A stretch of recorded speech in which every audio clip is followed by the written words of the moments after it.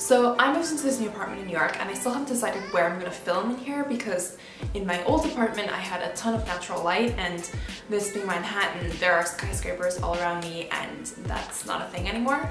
So at the moment today I actually didn't plan anything. I literally just set up my camera right now and decided that instead of messing around for 2 hours trying to figure out the perfect angle and the perfect lighting, I'm just gonna film this because this is casual.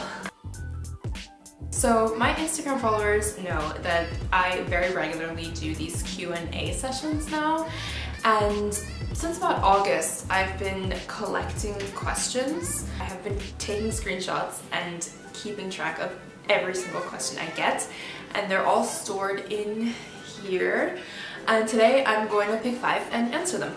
Okay, I'm just gonna put this on airplane mode so that we're not distracted, which is, by the way, what I do when I practice. It's actually the only time, no, that's not true. So when I practice, when I meditate, and when I'm at the gym, and when I read, those are the only times when I'm completely unreachable, because those are times that are really special to me and I block them off and I just don't want to be distracted.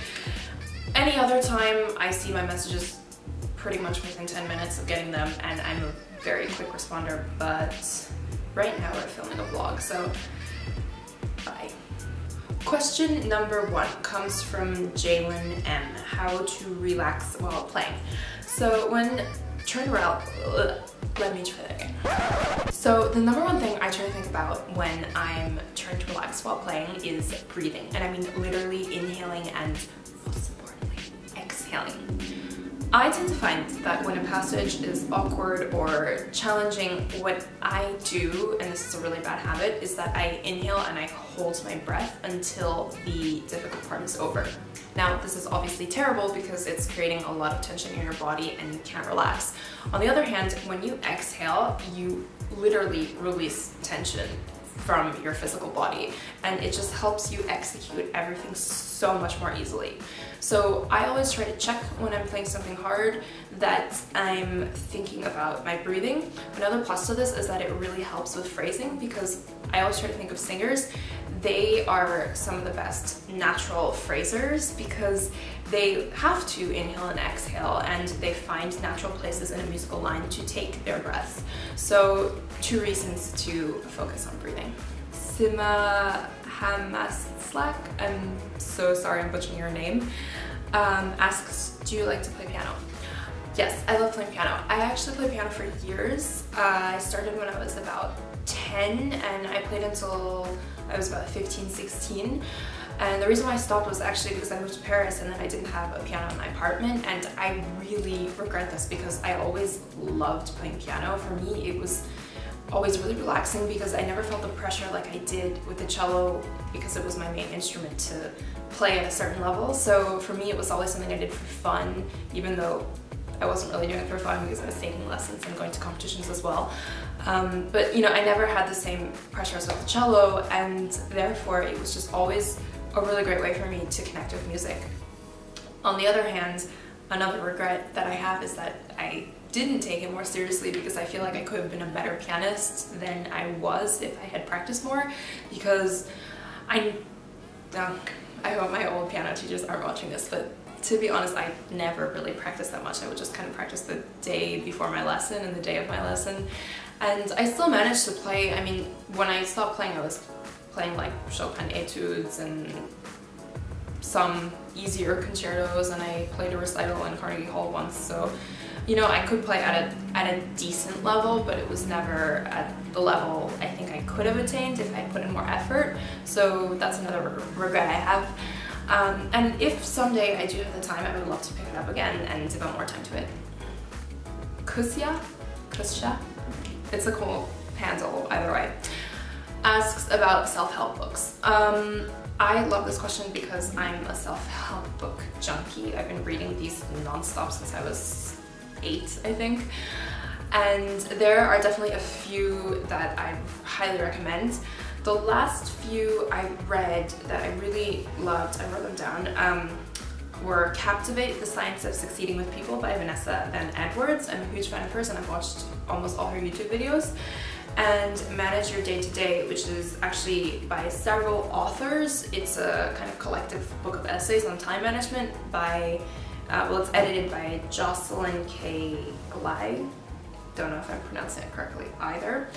But yeah, I'm a huge fan, especially of Tim Ferriss and Tony Robbins, so I've read a lot of their stuff and I've listened to a lot of their talks. Not just self-help books, I mean, there's a huge resource of self-help materials available online, especially here on YouTube. There are loads of videos. If you just type in Tony Robbins, Tim Ferriss, bullet, what's the word? I'm thinking of bulletproof coffee, which I can't drink because I'm intolerant to caffeine. I didn't even know that was possible until I took an allergy test recently. Bulletproof coffee, biohacking, Tim Ferriss. If you type in all his material, I'm thinking of biohacking because biohackers drink bulletproof coffee in the morning, and so does Tim Ferriss, I believe. But if you just type in Tim Ferriss biohacking, there are loads of videos on his tips on how to increase your productivity and your efficiency and your health and your mental edge and everything. So Tim Ferriss, Tony Robbins, YouTube, lots of great material. Vincent Packer, clarinetist. What's the most important piece of advice for someone going to conservatory for the first time? I have a whole vlog of mistakes I made in conservatory, but that was more for practical day-to-day matters. I think the biggest thing, and actually this is not my original advice, another cellist, Andreas Brantoli, he told me this when I was 16, right before I went to Paris to start my bachelor's degree, and I unfortunately completely forgot and did not listen to his advice in the next 2 years while I was there. And it was something that I actually struggled with and didn't really find again until quite recently, maybe in the last year or so. And basically what he told me was, when you go to conservatory, make sure you don't lose your own voice, because that's what's special to you as a musician and as an artist. And you don't want to lose your uniqueness because you're trying to copy everyone. And of course what I did was I tried to copy everyone. I remember when I was 16, 17, 18, I would listen to recordings and I could play them almost to the exact kind of phrasing and timing and everything. And it was really good practice for me. It was a good exercise because I got very good at, you know, you can always learn by copying others. But there was a point about a year ago when I realized that I had no idea what I was trying to say as a musician anymore, and it took a lot of effort to go back to that place where I felt like I could project my ideas and my voice. Cello 2 ever. How do you do your concert makeup? Because I'm always scared to wear popping red lipstick. Okay, so first of all, thank you for acknowledging that it's concert makeup, because a lot of people are under the misconception that I look like this every day, which is just not the case. No, just no. Most people who know me in real life know that 99% of the time I'm in gym clothes, I am not wearing makeup, my hair is in a bun, and the bun is probably full of sweat because I was probably at the gym today. So I don't do this every day. I only put on a full face of makeup if I'm performing, or if I'm going on camera, or if I'm doing something work related, or, you know, basically professional stuff. Actually, I remember years ago I saw this interview with Keira Knightley where she was saying that whenever her mother had a bad day, she would put on red lipstick and it would just give her like this confidence boost. That's how I feel. For me, it's like the one thing that if a look is not complete, it will complete the look when I put this on. So I kid you not, I probably own at least 30 lipsticks, and I'm not gonna go through all of that right now, so I'm just gonna show you the ones I use for a concert specifically. So a lot of you know that I'm vegan and I'm kind of a health freak, so I actually don't use most mainstream cosmetics because they're full of a lot of toxic ingredients which are not good for your health. But there is one tiny little exception. So this Chanel lipstick, it's Coco Rouge, and I wear the shade 440 or Arthur. I don't know if this is focusing. So this is my favorite lipstick ever, and I reserve it for Special occasions because it doesn't have the greatest rating on Think Dirty, which is an app I use to test the level of toxicity in cosmetics and household products and skincare products. But it's just so good that I can't. It's the best lipstick I've ever used. I love it. It's exactly the right shade for me. So if anyone's wondering, this is what I'm probably wearing if you see me at a concert. And on top of the lipstick, I usually use this gloss, which is by Fit Glow, and it's in the shade Bliss. This is a vegan brand. It's really great. I actually have it on right now. And my other two favorites, which are from my #1 most favorite cosmetics company ever, 100% Pure. All their products are non-toxic, natural, vegan, gluten-free, not tested on animals, all of that. These two are my favorite shades. They're called Scotch Kiss, which is a lighter, peachier shade, and I actually don't know which one this is because the sticker came off, but I will put it in right here. This one is a darker red, and I sometimes use this one for stage as well when I feel like I've used the other Chanel one too often. Also, the really important thing to remember about stage and camera makeup is that the lights that they use are incredibly bright. Stage and camera lighting is really, really bright, and it washes everything, meaning colors, out. So right now, behind this camera, there is a light so bright that if I look directly into it, my eyes will actually start to water.